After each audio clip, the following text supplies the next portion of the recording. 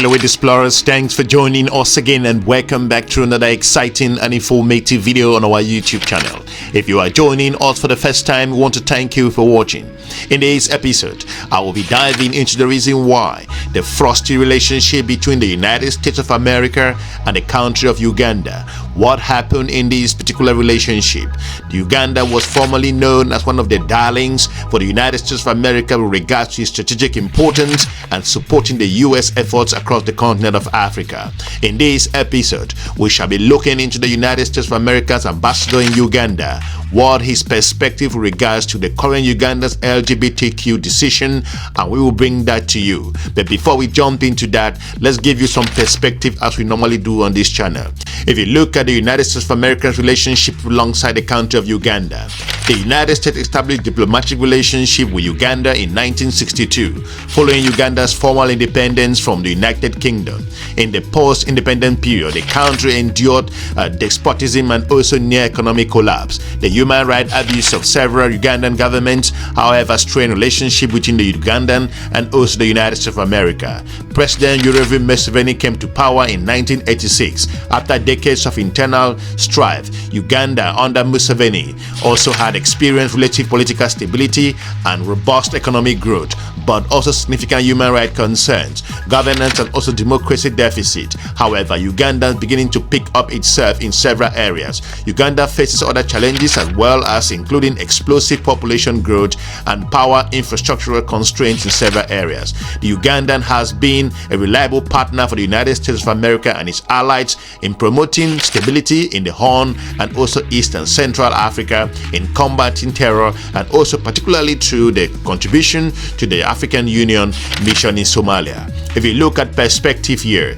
the United States provides significant health and development assistance to Uganda, with a total assisting budget of over $950 million US per year.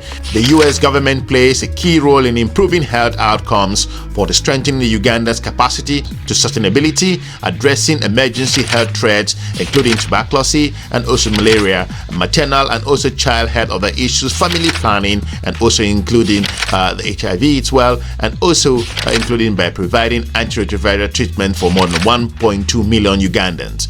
Other assistance also focus on boosting economic growth, agricultural productivity, including through improving educational outcomes and supporting democratic governance through inclusive, accountable institutions. The United States of America's mission is working with the government of Uganda to also improve tax collection and also oil revenue management, and to increase Ugandan domestic funding for public services. If you look at the relationship between these particular two countries, despite the above collaboration in several areas, the relationship between Uganda and the United States of America hit rock bottom most recently. If you are paying attention in the news and what's coming out from the country of Uganda, Uganda's constitutional court refused most recently to annul or suspend an anti-LGBT law for certain same-sex acts, but void some provisions that it said were too inconsistent with the certain fundamental human rights. The legislation adopted most recently in May last year.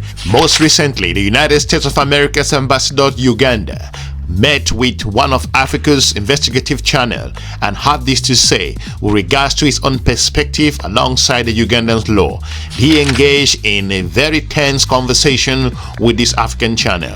Let's take a listen and we will join you on the other side of this video to give you further perspective. Hello and welcome to the Hard Questions. On this episode, we focus on the Uganda-US relations. Uganda has enjoyed 61 years of a relationship with the United States of America. The US pumps nearly $1 billion into our economy every financial year. Recently, they just launched their report. Today, I am privileged to be hosting US's ambassador to Uganda, Ambassador William Pope. Ambassador, welcome to the Hard Questions show. Thank you, Solomon. It's a pleasure and honor to be here. But let's talk about these relations. Absolutely. How would you describe the US-Uganda relationship at this time? Well, I think the partnership with the Ugandan people, Uganda as a nation, continues very strong. It has been, as you noted, for over 60 years, been a relationship that has navigated challenges, has confronted really unprecedented moments of epidemic, of violence and instability in the region, security, terrorism, all kinds of challenges, and time again weathered that and resulted in lives saved, opportunities achieved, and really a better future. That doesn't mean there aren't still challenges to work through. And obviously, when governments are working together, there's going to be areas of difference. And we have to work through those. But our commitment between the American people and the Ugandan people, I'm very confident will continue to endure. You're pumping nearly $1 billion and supporting about 60% of our health sector budget. Has that really yielded results? I believe it really has. Not only in HIV and fighting AIDS, which many times gets the most attention, and for good reason. There's over 1.4 million Ugandans today living with antiretroviral medicines provided by the United States. They're able to have healthy, productive lives. They're able to have children that are HIV negative. They're able to be part of not spreading the disease to other individuals. When we look at 30 years ago, 20 years ago, incidence rates above 20% for HIV, and now we see it 5%. That's a dramatic impact. But even beyond HIV, malaria, fighting Ebola, there's so many examples of how lives have already been saved, and considering what the research and the science and the work together is doing not only to confront the next challenges here in Uganda, but around the world, I'm confident we can say that millions more lives will be saved in the future as well. Yeah, I just had an opportunity to read through this report, and I think that you highlight the investment in the education sector, the investment in Uganda's agriculture and also the economy, and also a democratic Uganda. Quite significant achievements that you have had from this report, which is amazing. Until when I believe that this relationship that we've been having, this cordial relationship that Uganda has had with the United States, and the level of investment has been a bit shocked with the passing of the anti-homosexuality law. I know that ever since the president assented to this law and signed it into law, there's been several reactions from the US and indeed the Biden administration, including, not to mention, the different statements that have been made by Secretary Blinken and the president. And let me just quote what Joe Biden said immediately after the passing of the bill. He said, "The enactment of the Uganda Anti-Homosexuality Act is tragic violation of universal human rights, one that is not worthy of Ugandan people, and one that jeopardizes the prospects of critical economic growth for the entire country. I join the people around the world, including many in Uganda, in calling for its immediate repeal. No one should live in constant fear of their lives or being subject to violence or discrimination. It is wrong." And this message fell to President Museveni's ears, and this was his reaction, and I quote, "Homosexuality is a big threat and a danger to procreation of human race. Africa should provide a lead to save the world from this degeneration and decadence, which is really very dangerous for humanity." And of course, that followed US's actions, drastic actions, including the suspension to Agoa, which we'll talk about deeply later. It also has come out with different conversations on trying to show its solidarity with this. We've had so many human rights violations in this country that have been committed. This in particular has been very core to the United States people. Why? Well, I think this particular piece of legislation, for its extremeness, has not only captured the interest and the concern of the United States and many other countries, but people all over the world.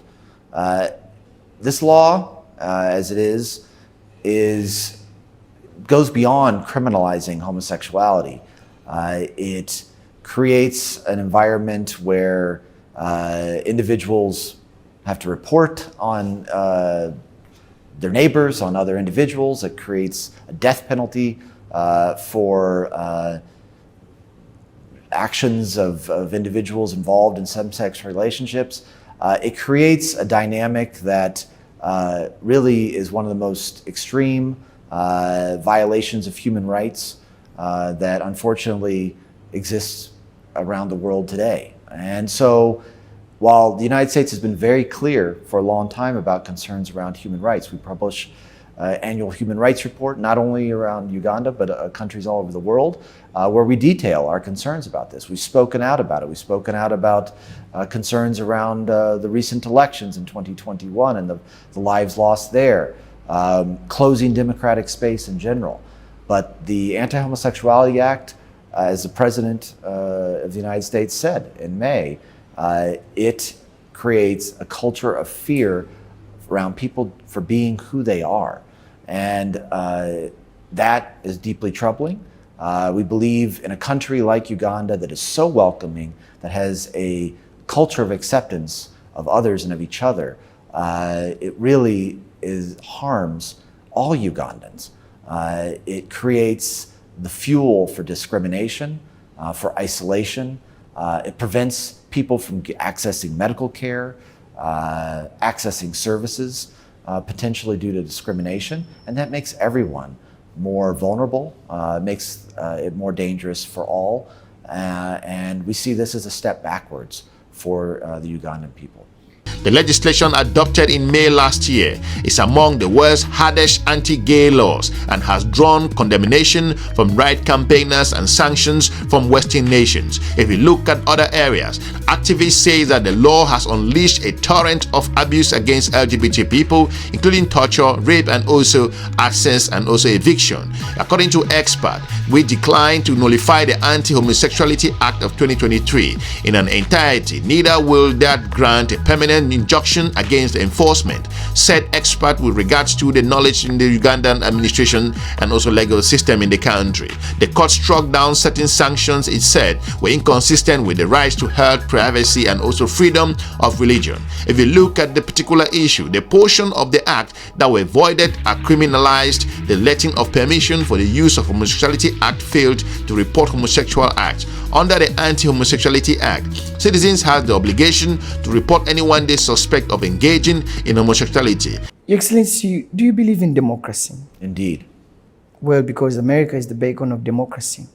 This law, members of parliament went, they discussed it, they passed it. The president assented to it, and they went through the legal framework that this country follows. And yet you find it very comfortable for you to come and intervene in the running of the state. I think the president has called it colonialism. Why? Why wouldn't you let a country manage its own affairs? Why would the US get so closely involved in the day-to-day running of Uganda? Well, I think it's specifically to that. Yeah, I think it's important to clarify, first of all, it's not intervention. It's stating principles, it's stating values of democracy, of respect. These are universal values enshrined in the United Nations International Declaration for Human Rights.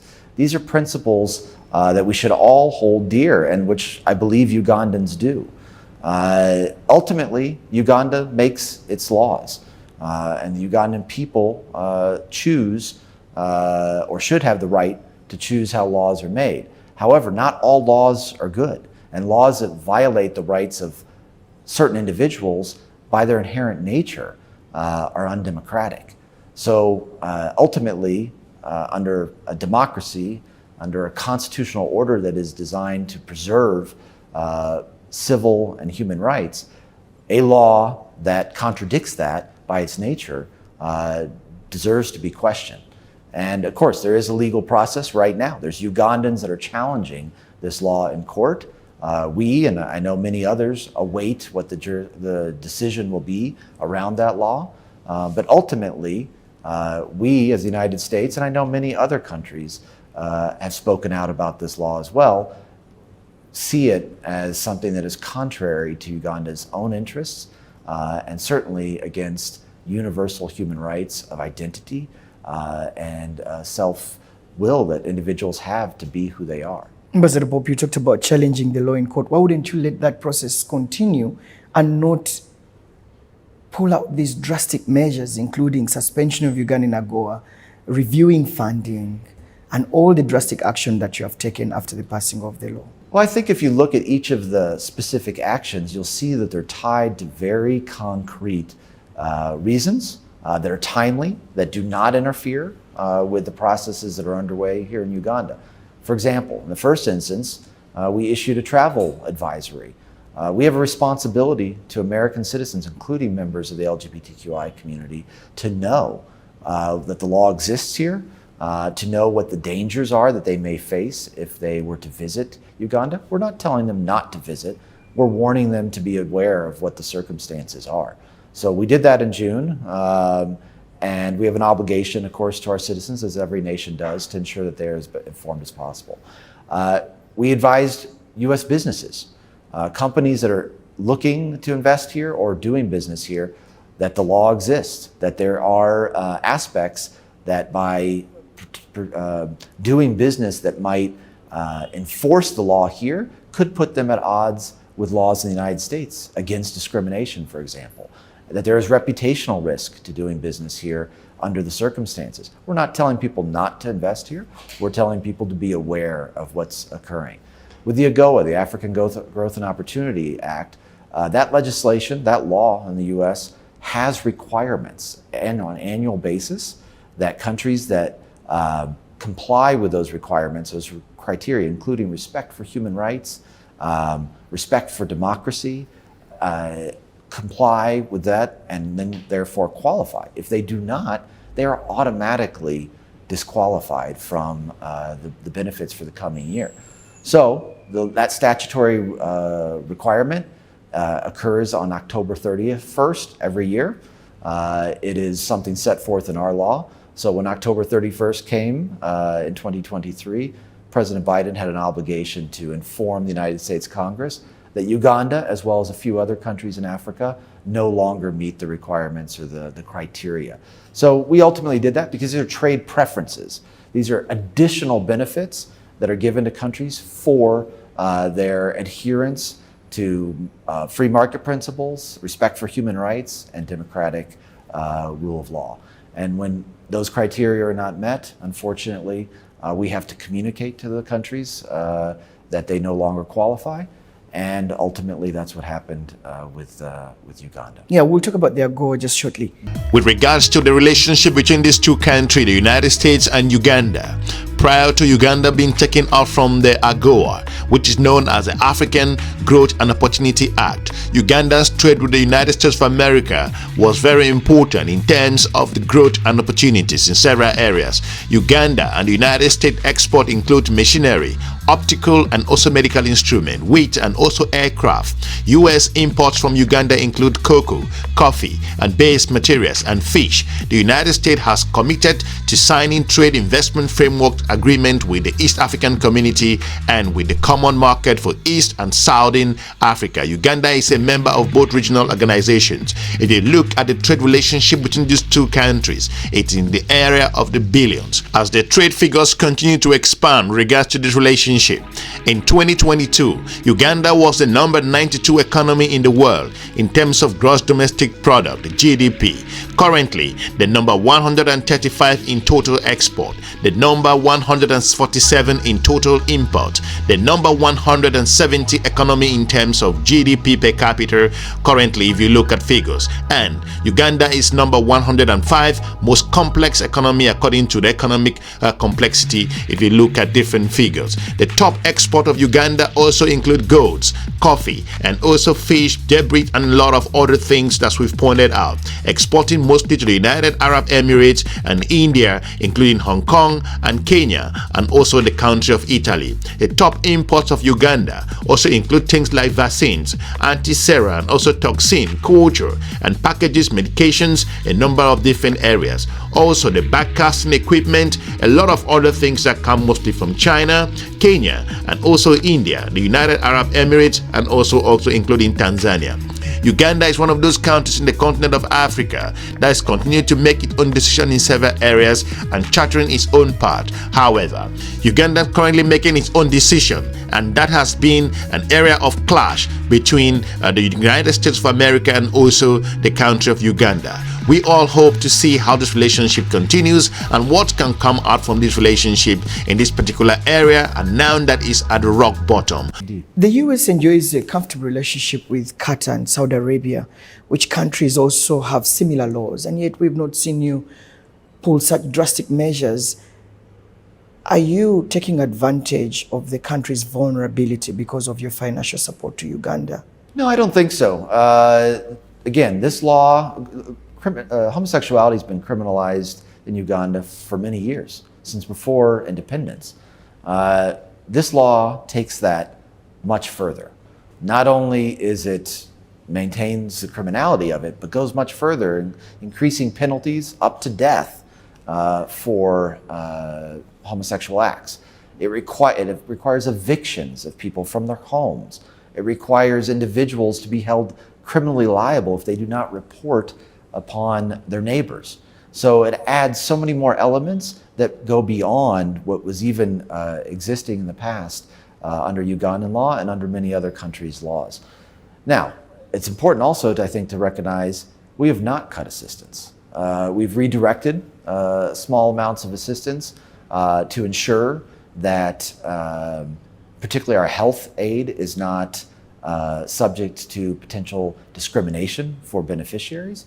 But we have made the determination that the work that we're doing together, particularly for the benefit of the Ugandan people and health and education and livelihoods, needs to go on. And so we have continued to do that. We've not used that assistance as leverage, but we have spoken clearly about the impact we believe this law is having negatively on Uganda, and what we need to do to inform that our citizens, our businesses are informed, and of course that our laws are being complied with, which in the case of the African Growth and Opportunity Act, Agoa, we had to do to remove Uganda from the eligibility. You've talked about Agoa, which many people thought was a very deep decision that the Biden administration took, and people felt that that was really unfair. Let me just do a quote here, President Biden's remarks. And he mentioned at the time when he was suspending Uganda and other countries from the Agoa list, this is what the president said. President Joe Biden said, accordingly, I have decided to terminate the designations of the Central African Republic, Gabon, Niger, and Uganda as beneficiary of the sub-Saharan African countries for purposes of section, he cites the Trade Act, effective January 2024. He also said in an executive order that Uganda, alongside other three countries, Gabon and Niger, no longer meet the requirements necessary to allow them to continue benefiting from the Agoa trade deal. And this in a way rubbed off terribly with Uganda's president, Yoweri Museveni, who came and reacted, saying on a televised interview, saying, that the US administration, those putting pressure on us are just wasting time. And he said that his government, pressure from external forces will be combated, and that Uganda will cultivate trade relationships with other countries. This was on a collusion course between the Biden administration and the Museveni administration. And he feels like, just like many Ugandans feel like the Uganda-US relations are at rock bottom as we speak. How do you feel about this? I think it's how you define the relationship and how you define the relations. Do we have a strong difference of view around this particular legislation? Are we, from the United States perspective, deeply concerned about closing democratic space, respect for human rights, concern for the freedom of independent media here? Yes. Are all these areas that we've spoken about, that we've engaged about, that we will continue to use our diplomatic channels and our discourse to try to support positive developments? Yes, these are all areas that we have to work through. Does that mean that our relationship between the United States as a nation, with Uganda as a nation, is at rock bottom? No, I don't think so. When you look at the report to the Ugandan people that you mentioned earlier, you see real work getting done and continue to be done today. After all the things we've talked about over the last several months, lives that are still being positively impacted on a daily basis. And it's not just money, right? Of course, there's money being invested in this, but it's people working together. It's Ugandans on the front lines with information, knowledge, training, resources supported by the American people that are making the difference. And we're proud to continue to be working on that. And yes, there's going to be areas where there will be challenges and difficulties and differences of opinion. But sometimes good news doesn't sell. Sometimes that gets overlooked because the focus is really on what is the point of strife. And I'm not saying that we shouldn't focus on that major difference. That is a significant issue that matters. It matters to all Ugandans, not just LGBTQI community members. And that's why many people have been asking Ambassador Pope, why now? Because I mean, the violations have been committed in the past. The US perhaps would give sanctions to some of the people who are committing these violations. This time round, they decide to make a very drastic decision that could affect the last farmer in this country. Well, I think in part, this law is a continuation. It's emblematic of what's been a deterioration. And we've reached a point where we have to take action. In the case of Agoa, we could no longer certify, the President of the United States could no longer certify that Uganda met those requirements, not just because of the AHA, but because of other aspects as well. So in a number of ways, this has been a path, this has been a process that has led us to where we are. At the same time, I think regardless of how one could examine or analyze the past, the point is the present. The present is these threats are here. Individuals are suffering. We're seeing literally hundreds, if not thousands of people evicted from homes, faced with situations of fear, not being able to access medical services, being scared to do so. Some people choosing to have to leave Uganda. These are all concerns that I think we have to deal with in the present. Our hope is that they can be dealt with. Our hope is that there's a positive way forward that leads to individuals' rights being respected, and not, again, just for the LGBTQI community, but for Ugandan democracy as a whole, for all Ugandans to feel like their rights are being respected and that they have access to information that they need, that their vote and their ability to participate in elections and in governance is respected. All those things are part of a functioning, healthy democracy that we hope will continue to advance here in Uganda. There's just a general feeling that the US and indeed the West is trying to shape our democracy rather than supporting us to actually shape our democracy. I think if you take a look at the report, for example, you'll see practical ways that we're supporting Ugandan democracy, Ugandans to participate in their process, local government